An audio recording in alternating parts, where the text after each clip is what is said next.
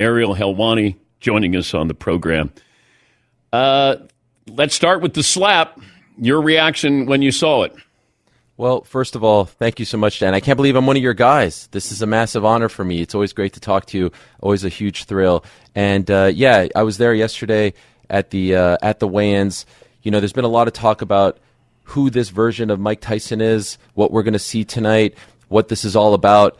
You've been around for a long time. You've seen the many different versions of Mike. That was 1990s version of Mike. You know, he may be 58, but that demon, that beast never goes away. And when Jake walked up to him like that, and as we found out later, stepped on his toe, that guy comes back. He cannot control it. That was not scripted. That was not fake. That was not any of that. And I'll tell you this, the look on his face as I was trying to interview him afterwards, and I was standing, you know, as far away as possible, like I was holding a piece of meat trying to feed a lion. I have never seen that look on a human being's face. Forget fighter. I have never seen that look on a human being's face before. I've never been in a Tyson broadcast before. That was terrifying stuff. But also, you have a lot of people who are skeptical about this. Is it real? You have Mike, who's 30 years older than Jake Paul. Jake Paul is, you know, I guess a professional boxer. When will we know this is a real fight that will put to rest that, you know, is this scripted? This is 100% a real fight. And look, I'm not a part of the promotion. I don't work for the promoter. I have the great opportunity to work for Netflix tonight. It's a huge deal. It's probably going to be the most watched combat sports event of all time by the time everything is said and done. Mike Tyson doesn't do fake. He doesn't play fight. In fact, afterwards, I spoke to his son, Amir Tyson, who's part of the broadcast as well. And the look on his face was so telling as well. He was pacing back and forth because this is the first time he really gets to see his father in this sort of light and on this platform. He was so young when Mike was fighting. He said, people don't understand. He doesn't do YouTube boxing. He doesn't do this fake stuff. This is a different type of human being. He is wired differently. There's a demon inside of him that he just can't switch off regardless of his age. And so ultimately, look, I will be honest, when I first heard about this, I felt the same way and I still feel the same way as everyone else. A 58-year-old historically does not fight and shouldn't be sanctioned to fight. I have no idea what we are going to witness, what this is all going to look like. But Mike Tyson isn't coming to play. It may mean that he lasts 30 seconds in there, but there is nothing scripted about what we're going to see tonight. Besides the money, what does Jake Paul gain by fighting Mike Tyson? A lot of fame, a lot of attention. Jake Paul likes to be the heel, and if you don't know what that term means, that's a pro wrestling term, the bad guy. He likes the idea of everyone saying, poor Mike is being, fed to the lions. He's being led to slaughter. Oh, he's 58. How dare you, Jake Paul, talk about knocking him out in the year 2024 and saying that you're now the baddest man on the planet. You're not the baddest man on the planet if you knock out a 58-year-old Mike Tyson, but he loves that heat. He wants that heat, and he's got grandiose plans. After this fight, he wants to fight Canelo Alvarez. And by the way, I'm not going to say that that's not going to happen, because every step of the way, people have been saying these things aren't going to happen, and they're happening because of the money that's attached to Jake Paul right now, because of the platform. Netflix is getting into this because it's Jake Paul versus Mike Tyson, not just because it's the Mike Tyson show. It's the two of them. And look, I have kids who are 12 and 10. They think, and I try to explain to them, they think Jake Paul is Muhammad Ali. To them, boxing is Jake Paul. And then there's my age who are like, please tell me Mike is going to shut this kid up. And so what makes this so fascinating is the generational clash between the 40, 50, 60-year-olds and the 10, 20-year-olds.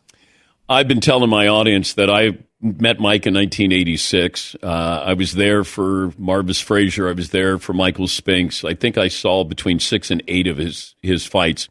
And the look when he comes into the ring is the look that you're talking about. It's, my car is running, I'm going to kick your ass, and then I'm going to leave and go party. And Mike had that moment yesterday. I didn't know if he was capable of that. During the commercial, we play archival footage and interviews. And Mike, in 2017, I talked to him, and I said, who do you want a piece of? He goes, I don't want to fight anybody anymore. But I don't know what it took to get him. Financially, is he okay, Ariel? My understanding is yes. The turnaround in his life, there was a period pre-Hangover and all that where he was obviously in a tough spot. I think the work pre-Hangover, the movie. The movie. Excuse me. Yes, the movie did wonders. I mean, we forget that this man went to prison, convicted rapist, and it's just been sort of forgotten about. Like the transformation and the comeback is remarkable, and I think a lot of that credit goes to his wife, Kiki, who helped get him back on the right path, so to speak. And so he's fine, and he's making a boatload of cash. He will be okay. There's one moment in that countdown series that aired on Netflix that I can't stop thinking about. He's watching Jake Paul call him out after his last fight, and he looks to the camera and he goes, "The difference between me and him is that he's a manufactured killer. TV made him into a killer. I'm a natural-born killer." And I get chills just saying that, because you know Mike better than me and better than most. This guy's different.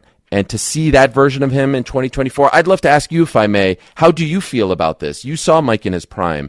58, you shouldn't be fighting, but he's a different kind of cat. Do you feel some sort of way about it? Do you feel uncomfortable? Are you excited? I'd love to hear your thoughts. Yeah, I just don't want him embarrassed.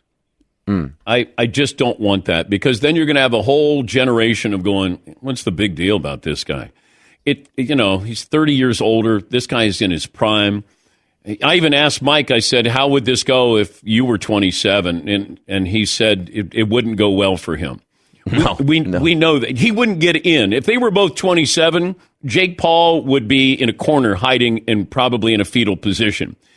I just don't want Mike to be, when Buster Douglas knocked him down, and we see this with a lot of people, once you get defeated, and certainly in UFC and in boxing, if you lose that one time, you lose that invincibility. Like, it's gone now. And when Mike got knocked down by Buster, all of a sudden, he wasn't the baddest man on the planet. And the longer that you had him in the ring, the more susceptible he was, because he's not a great boxer. He's an unbelievable, puncher. And Holyfield could beat him, and Lennox Lewis can beat him. All these guys, I'll string you out. But Mike, when he got in the ring and what he did when he got in there, was unlike anything we'd ever seen. And I just hope, worst case scenario, Ariel, is it goes the distance and he loses, by decision. Like, if that happens, great. Now, don't do it anymore, Mike, because I'm worried he's going to be calling out Lennox Lewis and go, hey, or Holyfield again. Like, I don't want that. And boxing shouldn't be that. Like, when did it dip? When did UFC, there was an intersection, and then all of a sudden UFC took off, and then boxing just became a secondary sport. Can you look back on when maybe it happened? It's been a slow build. I will say around the time of UFC 100 with Brock Lesnar and whatnot, the UFC really took a big step when they did the deal with Fox in 2012, huge. 2018, they do the deal with ESPN, gigantic. The pandemic helped the UFC tremendously. But if I can offer this, I would love to just say that I hear a lot of people, especially in sports media, and I'm not certainly talking about you here, but I hear a lot of people kind of coming after me and saying, this is a referendum on the state of boxing, ruined and soiled by this event. First of all, these people aren't watching a lick of boxing each and every week on DAZN, on ESPN, on Amazon Prime. They couldn't care less about boxing. So spare me your thoughts on the state of boxing.